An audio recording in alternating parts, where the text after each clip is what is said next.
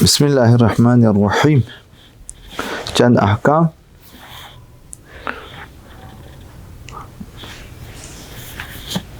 آج کا عنوان ہے گواہی دینے والا، شاہد یعنی گواہ. اس کے کچھ مسائل ہیں.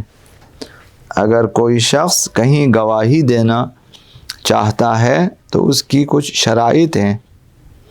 ایسا نہیں ہے کہ ہر کوئی جائے گواہی دے اور اس کی گواہی قبول ہو، ایسا نہیں ہے. سب سے پہلے وہ گواہ جو عدالت میں گواہی دینا چاہتا ہے اس کے لیے ضروری ہے کہ وہ عادل ہو.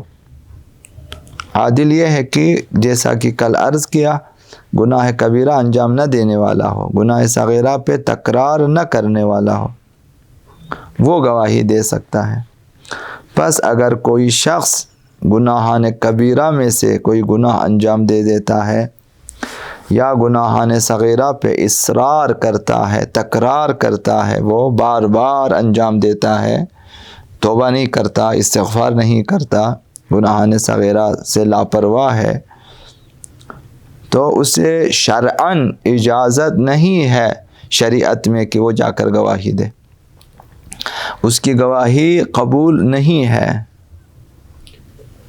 عدالت میں، شرعی عدالت میں قبول نہیں ہے.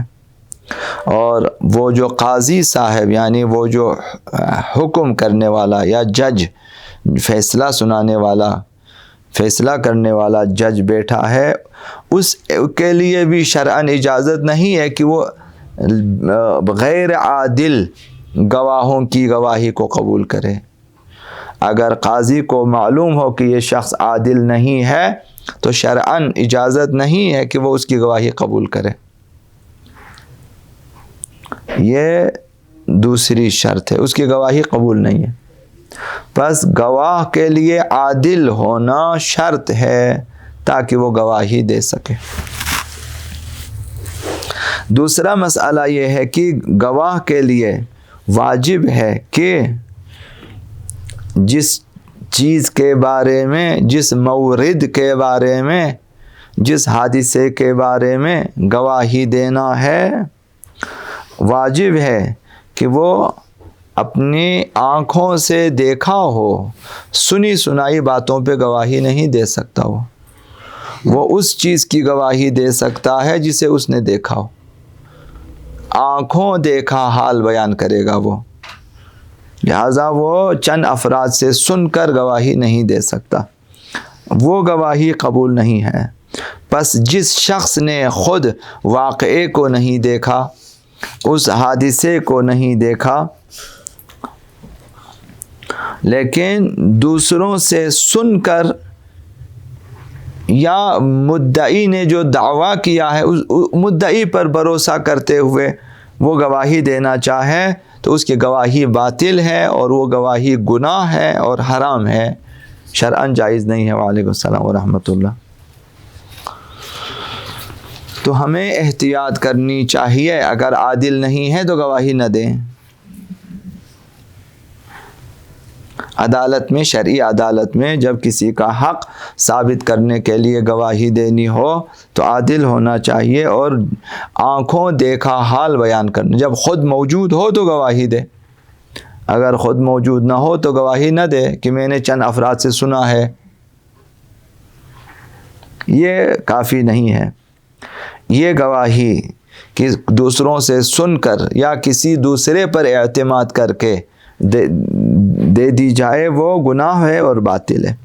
یہ دوسرا مسئلہ. تیسرا مسئلہ یہ ہے کہ اگر گواہ جھوٹی گواہی دے، اگر کوئی گواہ عدالت میں، شرعی عدالت میں جھوٹی گواہی دے اور اس گواہی کے سبب کسی شخص پر خسارہ وارد ہو جائے، مدعی پر یا مدعا علیہ پر خسارہ وارد ہو جائے اس کی گواہی کی وجہ سے، چونکہ گواہی اس نے جھوٹی گواہی دی ہے،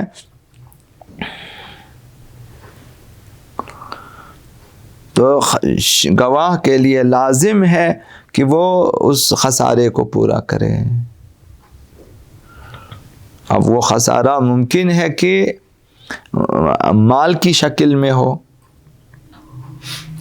چند لاکھ روپے مثلا اس کی گواہی کی وجہ سے دوسرے کو دیا جج نے، اس نے جھوٹی گواہی دی کہ مثلا یہ میں گواہ ہوں کہ اس نے مثلا اس سے اتنے لاکھ روپے لیے ہیں قرضہ اور ابھی یہ واپس نہیں کر رہا، مثلا اس کی گواہی کو جج نے قبول کیا، اسے کہا کہ بھائی اس کے مثلا اتنے لاکھ روپے مثلا دے دیں، جھوٹی گواہی دی تو مدعی کو پیسے ملے۔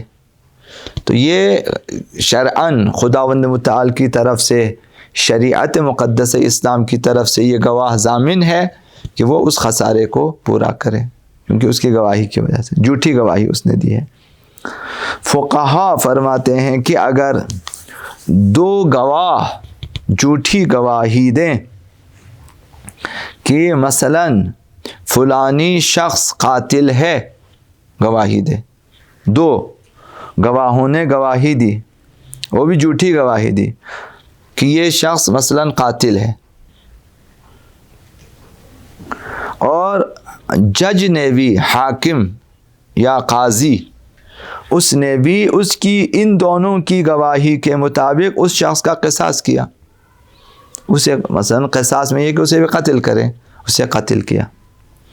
ان دو بندوں نے جھوٹی گواہی دی کہ یہ شخص قاتل ہے، ہم دونوں نے دیکھا ہے کہ اس نے اس شخص کو قتل کیا، اور قاضی کے سامنے دو گواہ پیش ہوئے، قاضی نے بھی ان کی گواہی کو قبول کیا اور قبول کر کے اس شخص کو کہا کہ ابھی تمہارا قصاص کیا جائے گا، تو اسے قتل کیا، مثلا قصاص دیا۔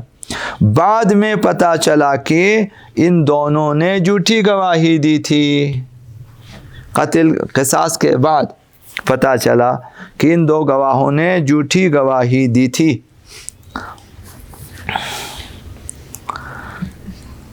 اگر ولی دم تقاضا کرے، ولی دم یعنی یہ جو بعد میں قصاص ہوا ہے غلطی سے، دو جھوٹوں گواہ، ان کا وارث، ان کے وارثین اگر تقاضا کرے، درخواست کرے،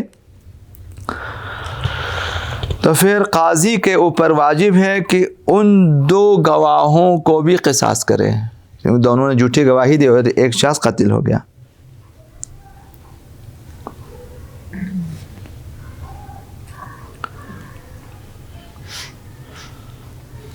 جھوٹی گواہی کا یہ انجام ہوتا ہے، ان کا بھی قصاص کیا جائے گا۔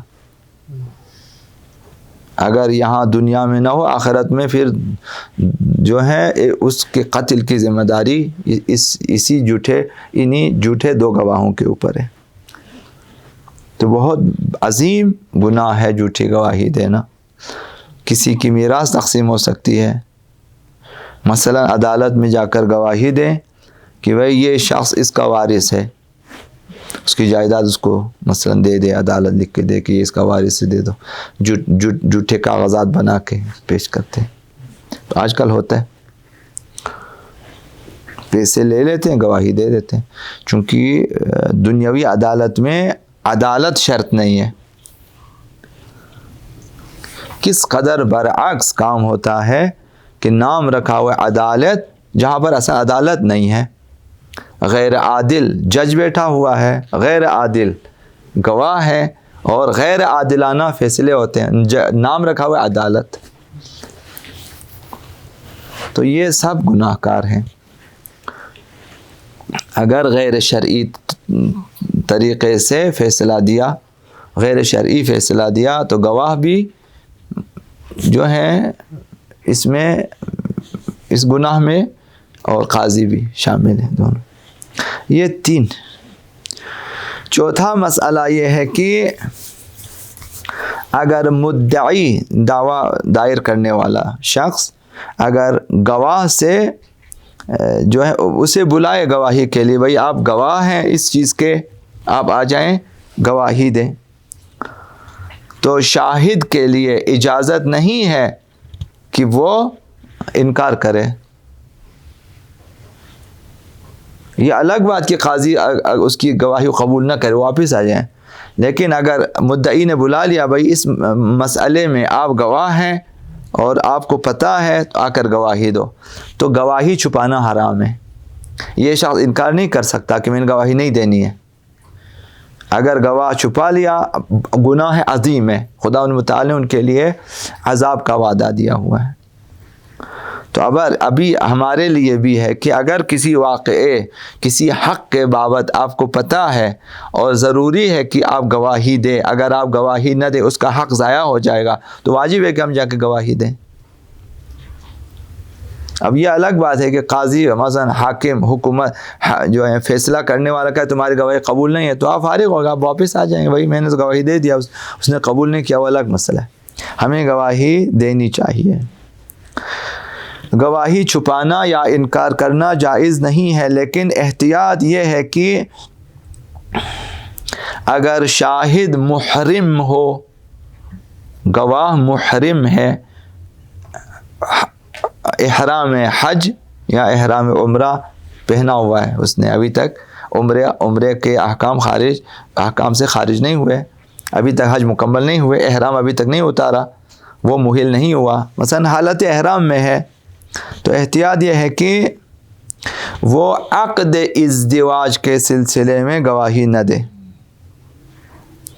اگر کسی شادی کا گواہ ہے یہ اور یہ فی الحال حالت احرام میں ہے، تو احتیاط یہ ہے کہ وہ گواہی نہ دے، اسے کہیں تھوڑی دیر صبر کریں کہ میرے اعمال ختم ہو جائیں، چونکہ حج میں ازدواج حرام ہے اور جو ہے خاصگاری بھی حرام ہے احرام کے دوران، تو گواہی بھی حرام ہے، تو لہٰذا وہ انکار کرے گا اس حد تک کہ میرے اعمال ختم ہونے دیں، جب یہ میں احرام سے خارج ہو جاؤں تو میں گواہی دوں گا۔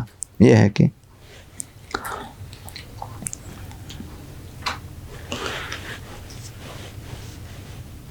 یہ چند مسئلے بیان کیے آپ کی خدمت میں۔